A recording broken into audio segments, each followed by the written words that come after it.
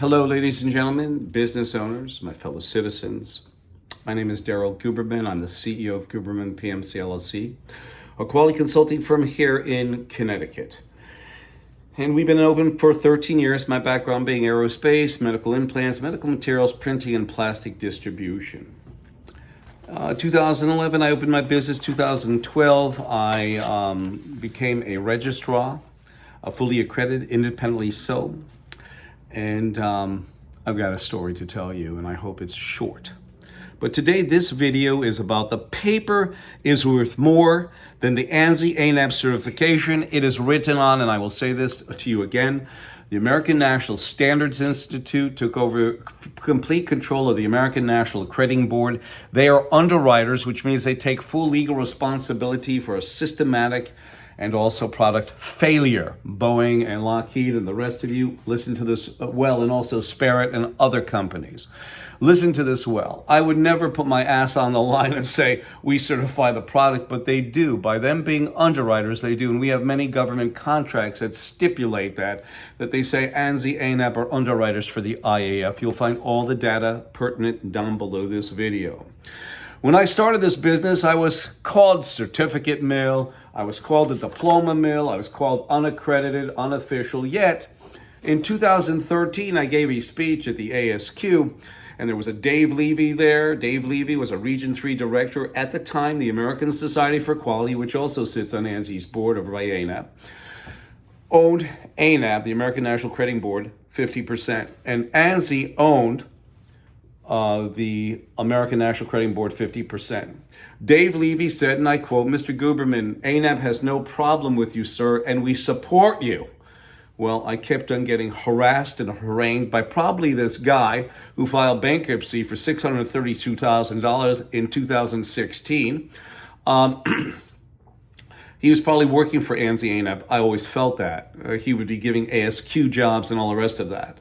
But we were called diploma mill by this guy, all the rest of this crap. And I think they put him up to it so that I could be out of the market. The worst thing is when we came upon Boeing suppliers.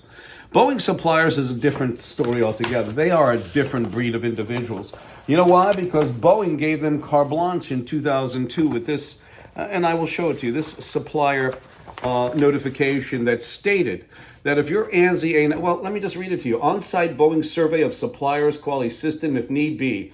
Our preference is to deal with proven suppliers with excellent quality and performance and not have to do on-site audits. So what they basically did is they took, the certificate, I'll show you. They took the certificate, ANSI-ANAB accredited it has to be. On Boeing supplier portal, it also says ANSI, ANAB, National Accrediting Board, or international equivalent. You find out that's Iran and Pakistan. But anyway, getting back. This document basically says, if you read further, and it's going to be on my description underneath this video. If it's not, call me. I'll send it to you hard copy. They said, supplier, send us your ANSI-ANAB certificate for AS9100. We don't have to send out any more Boeing auditors to your facility. They did a little bit of cursory inspection, maybe who knows how many out of their 4,000, 5,000 suppliers. So, the paper is worth more than the ANSI-ANAB certification. It is written on it. I can attest for that because you can see the quality is in shambles at Boeing. Let's go further. Lockheed stipulates the same thing. Now, there's many of my customers who are supplying to Boeing second tier, some first, some direct, but most of them have to supply second because Boeing sits on the board of ANSI-ANAB right over by, they sit on the board right over by their accreditation body, as I showed you. And here it is. They're sitting right over by their accreditation body that they have on their supplier portal, that they have on that supplier notification. They sit on there, and they also sit on the board of ANAB that can grant, suspend, or withdraw certification. Do you think that's right? They sit on the board of directors that has the guiding light, the function of where that company is going. That's a little bit too intrusive, so to speak. So as I progressed, this guy keeps writing about me, certificate mill, unaccredited, blah, blah, blah. And I would get letters back from companies that, thought about going with me, and then they send me a link about one of his articles. The guy sued me in 2019. He lost. 2022, he lost. He walked away from it.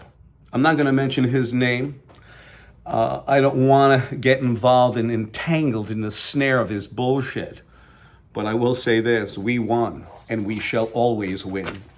We had on one of our depositions, we mentioned ANSI-ANAB and the IAF and how this guy was getting more than likely financed from these people.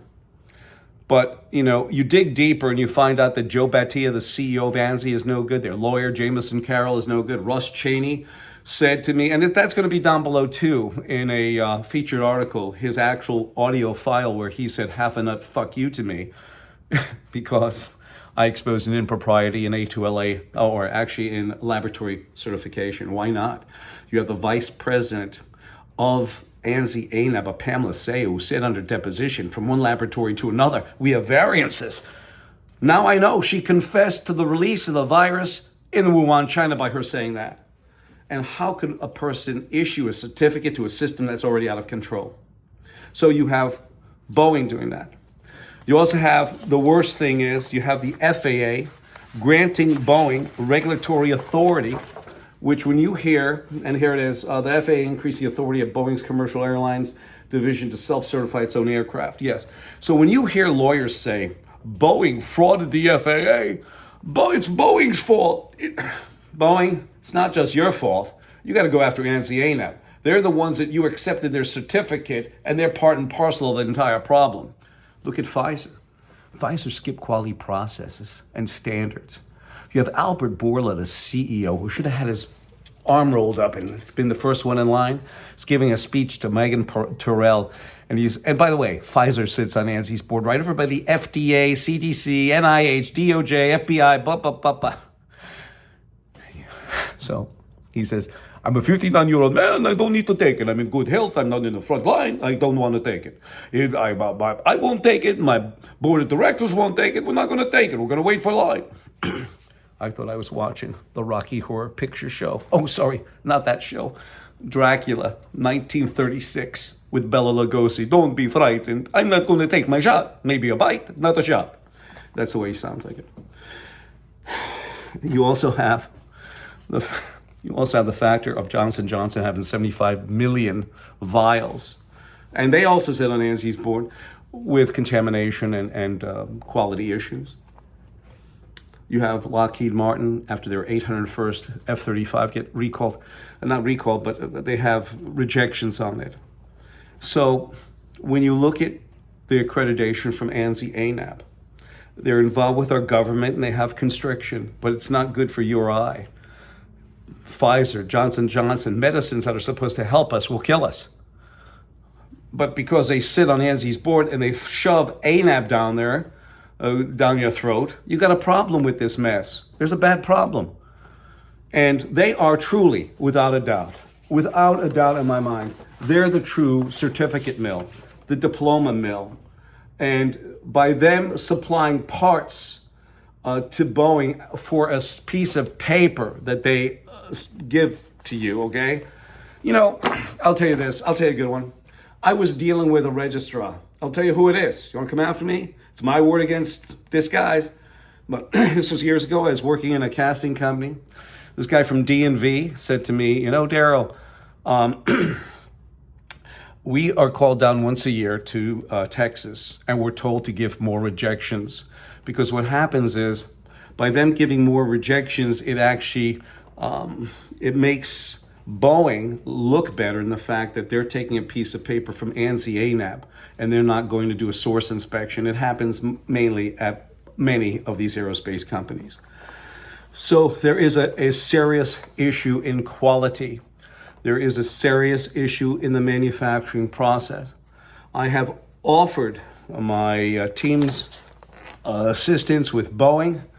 I'm offering it to Spirit Aerospace Systems as well. Because as David Foster Wallace said, and I will keep on saying it, The truth will set you free, but not until it is finished with you, David Foster Wallace. And it is absolutely deplorable, the types of individuals that sit on ANSI's board and directors at large. I tried to apply after Russ Cheney called me up and said, have a nut, fuck you. I tried to apply thinking that I could go in there and really assist them. I had 16 letters of recommendation, quality recommendation. And because Russ Cheney was the chairman of the nominating committee, do you think he's going to, his voicemail will be down there. It's in an article, featured article you'll see, and you'll listen to it as well. It's coming out very shortly about the 50 planes that had rivets missing. I just want to know how many planes are flying that have that issue that they didn't tell us about. Ladies and gentlemen, business owners who are ANSI-ANAB, I give this to Brian and Kathy and Taylor. I give this to also Matt. I give this to Steve, Matt and Steve up in Massachusetts. I also give this to Gary as well.